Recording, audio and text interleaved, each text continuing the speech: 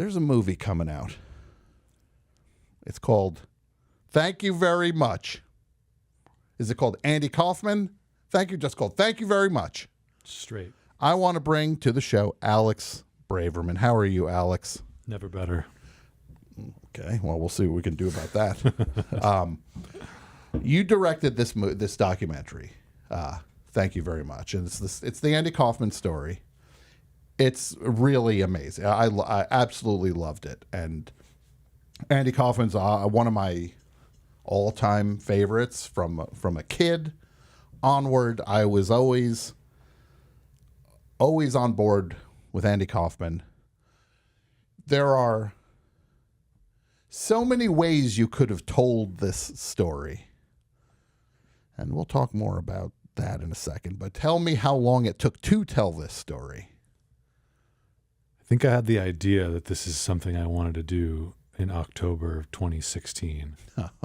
Okay. And we were so innocent in October 2016. We had President Obama still. Mm-hmm. It occurred to me one day that it hadn't been done, which was surprising to me. Like a proper Andy Kaufman documentary, because there was a special that was on, it was a network special. I've definitely seen True Hollywood Story, A&E biography programs on him before. And then, of course, there's Man on the Moon. And at the time when I had this idea, Jim and Andy was not a publicly known project yet. Okay. But even still, it shocked me when I realized that there wasn't a definitive feature documentary look at this guy. Sure, there's been pieces of it, but not all put together in one statement. Yeah. So how does something like that begin? Because this is, first of all, it's a specific subject matter, and it's also somebody who lived their life on television. So just from a nuts and bolts standpoint, that seems like hell on earth. Yeah. Well, it's exciting in a way. If your hell is my excitement, clearly. Exactly. Or my hell is your excitement. I mean, I knew that even if the only existing material out there was stuff that we had already seen, that it could be done and done well. Sure. But I had a feeling that there was more, because there always is. So it started with a trip about 6 or 7 months later to Lake Tahoe, which is where Bob Zmuda lives. Okay. And Bob Zmuda, for people who don't know, was Andy Kaufman, I guess, for his writer and creative, I don't want to say partner necessarily, but good friends, writing collaborator. I think it's a fair thing to They say. were partners in crime, at least. But yeah, I drove up there, South Lake Tahoe, and he had invited Lynn Margulies to meet with us as well, who was Andy's girlfriend from 1982 to 84. And I put them on camera then. So this is May 2017, and the interviews with them in the film are from that weekend. And at the end of the weekend, he kind of insinuated, in the vault, there's a lot of stuff in the vault. Okay. And I was like, is this a real vault, or is it a theoretical vault in quotes? Yeah. And he took me to a room in his house and said, I'll open the door for you, but you can't go in. And he opened the door for me, and I stuck my head in there and saw. So it's a literal vault. Boxes filled with, that they were all just labeled with K on them. And this was the Kaufman vault, and it had never really been fully accessed before. Wow. Okay. That's how it started. That's pretty wild that he was.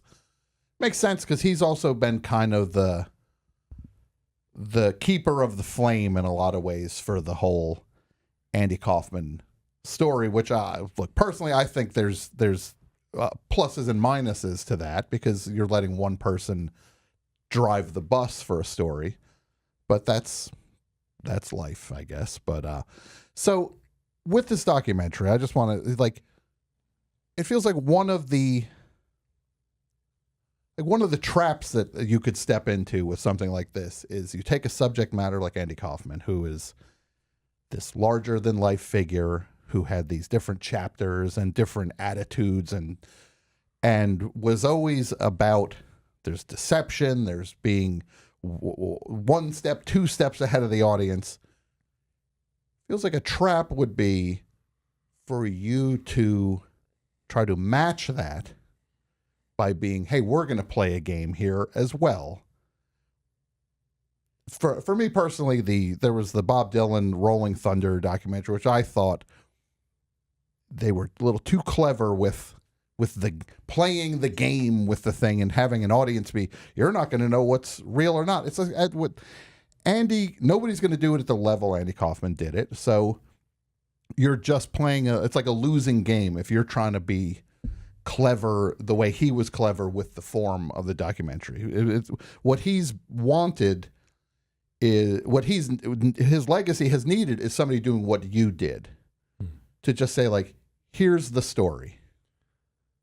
I appreciate that. I mean, it's a temptation along the way, every step of the way, because every conversation that you have with anyone about this type of project, they want to, myself included, we want to be like, wouldn't it be fun if we did this? Wouldn't it be crazy if we did this? And, a lot of amazing ideas were discussed along the way. And at times there were even plans to execute those ideas. Sure.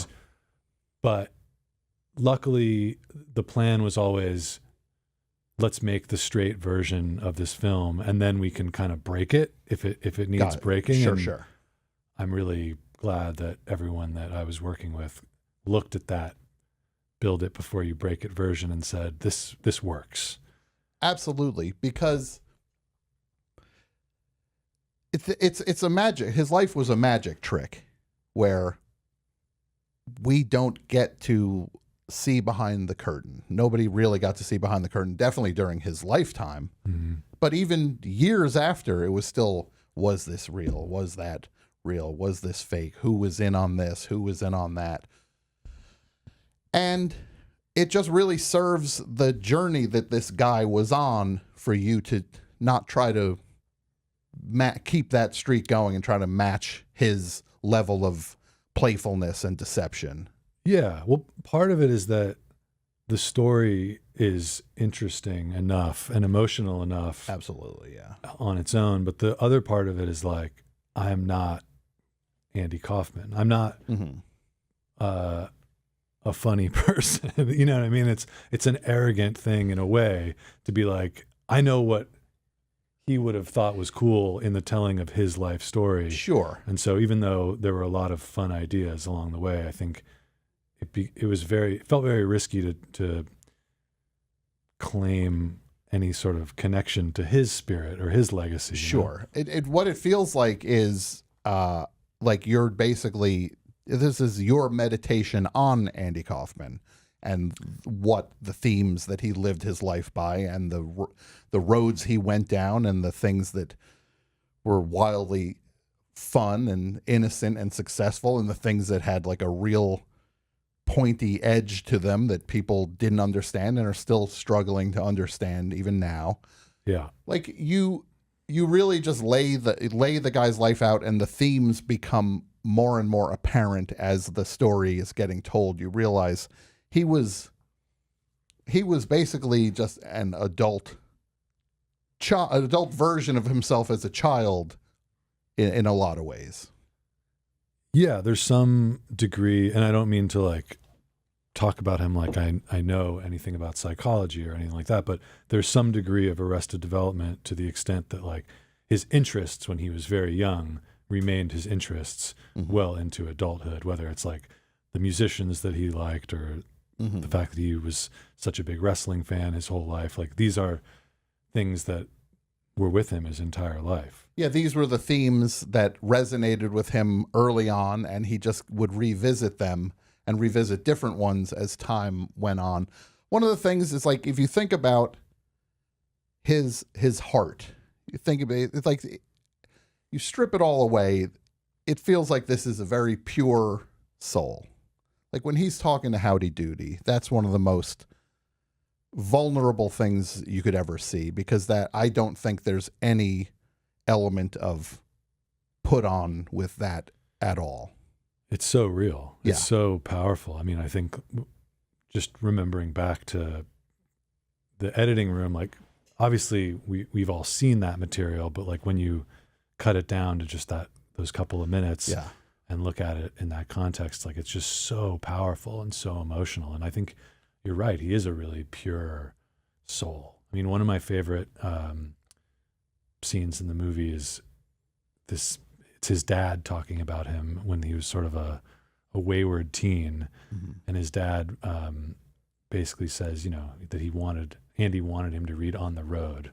Yeah. And he did. And they have this shared experience of reading it together. And I think it's like, that's not a phase or a trend that he's trying on. It's like when he responds to something, it's so deep. So with Howdy Doody, it's that way. With Kerouac, it's that way. With Elvis, it's that way. It's deep, pure love. Yeah, these are the foundational. These are like load-bearing walls for this guy's soul in a lot of ways.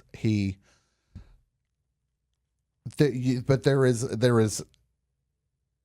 there's such an interesting thing with somebody who establishes himself as in this childlike form, and he gets success. He's on the show Taxi, playing the character Lotka, and he's just getting sitcom money now. It's stupid money, and it's fame. I think it's like 35 grand a week. Yeah, and that's in 70s. Yeah.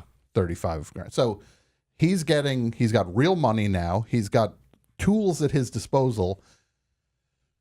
And unlike, say, it always feels like, I'm not trying to go on too much of a detour here. 3 people from that era who, we'll even say 4 people from that era who, you have Andy Kaufman, you have Steve Martin, you have David Letterman, and you have, say, Paul Rubens, for example. People who were definitely impacted by television, the 50s, all of those things. Andy's the only one who was not outside of it. They all commented on it from outside as observers, like making fun of the hacky parts of show business, like with jokes or whatever. Andy didn't make fun of it. He became it. Like it was all consuming. But like when he wants to make fun of hacky entertainment, he becomes Tony Clifton. He doesn't just make jokes on stage about some sort of like talentless lounge guy. He becomes that and starts shoving it in your face. Behind that purity, or as it kept going, there's this drive in him to like pour gasoline on something once he's done it and just burn it.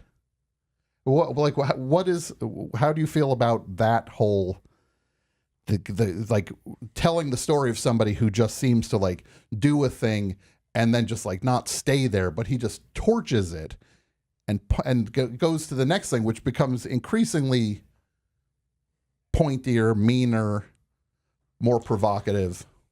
Yeah, I mean, there's something about this phrase, always moving forward, that was in my head a lot when we were making this. And I think his friend in the film, this guy, Dennis Ramundi, basically compares him to like a jazz musician, that this is someone who like is just constantly improvising. And I think it's not even, I don't know that he ever had the intention to torch anything, but it was sort of like, okay, we're here now. Where do we go next? And it's like, yeah, doesn't really matter what that does to your, anything in your rear view mirror. Sure. It's kind of like, let's keep it going no matter what. But I would say the burden of being a sitcom star was something he definitely wanted to not be chained down by. Yeah.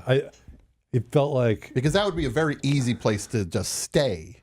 You're a sitcom actor, you stay a sitcom actor, and then you go when Taxi runs its course, jump on another sitcom and do another character or whatever.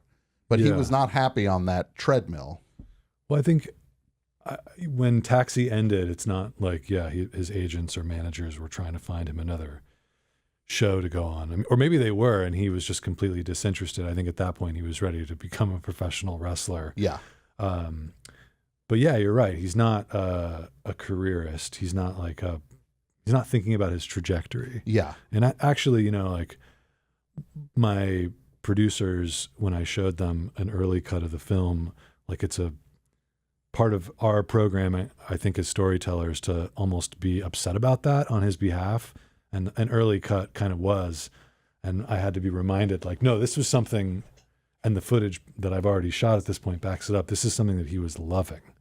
And, Yes. And really just indulging in the failure. That's an excellent point with it, because for people who don't know, he's doing this character, foreign man is what he was called, and then that gets morphed into this sitcom character, Lotka, but then he starts doing things right away. He's working at Jerry's Deli as a busboy. He's just starting to do odd things here and there. He creates this character Tony Clifton, which is just, if these other characters are pure, this character is just corrupt and dirty and low. It's almost like the worst of adulthood is like Tony Clifton represents like the perversion of of being a youth. This is what adults are like. They're awful. Then he starts going past that. Wrestling. He's wrestling women. He's being this insane sexist pig. He's playing the role of the sexist pig the way a wrestling heel would say anything to get an audience outraged. He would just wind everybody up, truly piss them off, to where people were furious at this guy.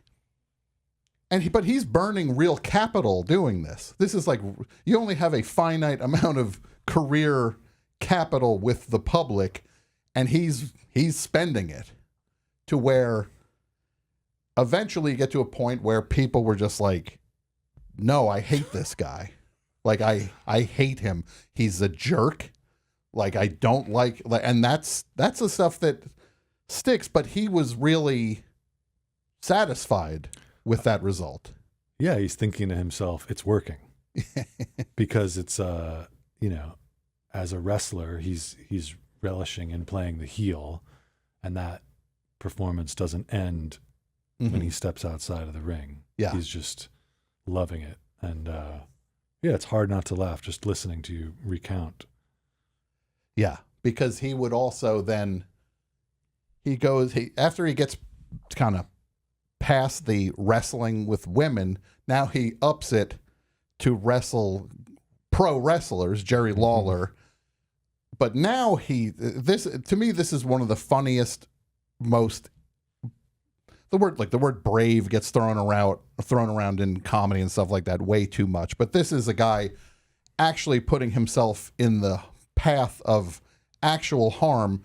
In a pile driver. He's going down south. He's going to Memphis.